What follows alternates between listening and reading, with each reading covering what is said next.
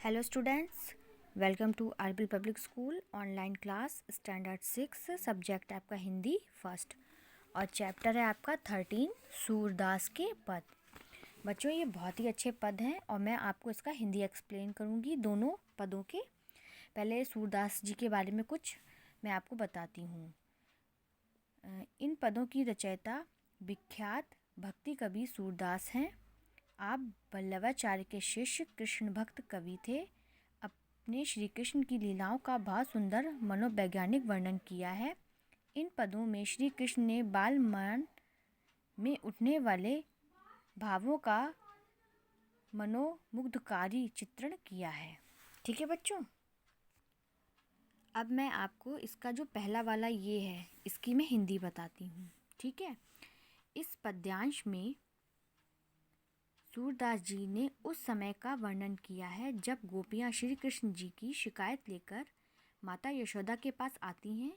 श्री कृष्ण जी अपनी सफाई में माता यशोदा से कहते हैं कि माता, मैंने माखन नहीं खाया, मैं तो सुबह सवेरे ही गायों के पीछे मधुवन चला गया था।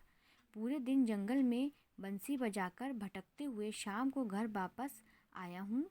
मैं छोटा सा बालक हूँ जिसके हाथ बहुत छोटे हैं। ये मटकी को कैसे तोड़ सकते हैं? ये सभी ग्वाल बाल मुझसे ईर्ष्या करते हैं, इसलिए इन्होंने मेरे मुख पर ज़बरदस्ती माखन लगाया है। माता, तू मन की बहुत भोली है जो इनकी बातों में आ गई है और अपने पुत्र पर संदेह कर रही है और अब लाठी और कंबल को पकड़ो। इसने मुझे आज बहुत थका दिया। सूरदास कहते हैं कि श्री कृष्ण की बातें सुनकर माता यशोदा हंसती हैं और उन्हें गले से लगाती हैं। अब मैं आपको ये जो दूसरा वाला है पद इसका अर्थ बताती हूँ। आज मैं गाय चराने जाऊँगा, वृंदावन के अनेक प्रकार के फलों को अपने हाथों से तोड़कर खाऊंगा। माता बोली, मेरे लाल ऐसी बात मत कहो, अपनी शक्ति की ओर तो देखो, तुम्हारे पैर अभी छोटे छोटे हैं। वन में कैसे चलोगे? घर लौटकर आने में रात्रि हो जाएगी। गोप तो सवेरे गाय चराने ले जाते हैं और संध्या होने पर घर आते हैं।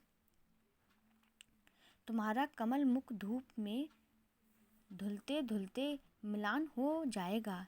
श्याम बोले, तेरी शपथ, मुझे धूप लगती ही नहीं है और थोड़ी भी भूख नहीं है।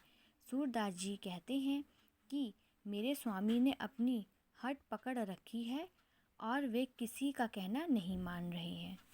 बच्चों, ये इसका हिंदी भावार्थ था। ठीक है, और इसकी जो ये एक्सरसाइजेज और ये क्वेश्चन आंसर हैं और इसकी एक्सरसाइज ये मैं आपको PDF में सेंड करूँगी। और ये वाला जो भावार्थ अर्थ है इसका भी अर्थ मैंने आपको कॉपी पे नोट करवा दिया है और इसका वाला भी, ये दोनों मैंने आपको कॉपी पर इसका हिंदी अर्थ जो अभी पढ़ाया है वो मैंने कॉपी पर लिख भी दिया है। आप लोग अपनी कॉपी पे ये दोनों वाले भावार्थ लिखेंगे। Thank you.